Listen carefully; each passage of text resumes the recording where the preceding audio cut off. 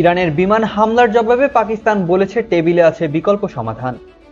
পাকিস্তানি গোয়েন্দা সংস্থার সূত্র বুধবার বলেছে যে দক্ষিণ পশ্চিম বেলুচিস্তান প্রদেশের ইরানের বিনা উস্কানি হামলায় প্রতিক্রিয়া ইসলামাবাদের কাছে টেবিলে আছে সব বিকল্প সমাধান।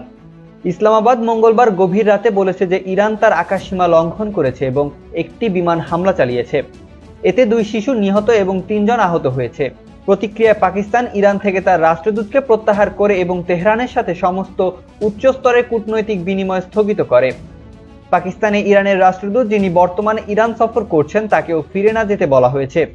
সূত্র জানায়, পাকিস্তানের প্রতিক্রিয়া নিয়ে আলোচনার জন্য ইরানের বিমান হামলার বিষয়ে একটি খুব গুরুত্বপূর্ণ এবং জরুরি বৈঠক অনুষ্ঠিত হয়েছে।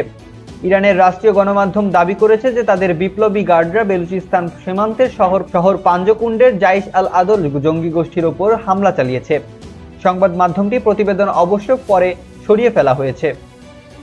এদিকে ইরানের এই পদক্ষেপে 2 প্রতিবেশী দেশের মধ্যে ঘনিষ্ঠ সম্পর্কের সাথে সামঞ্জস্যপূর্ণ নয় বলে অভিহিত করে কর্মকর্তারা।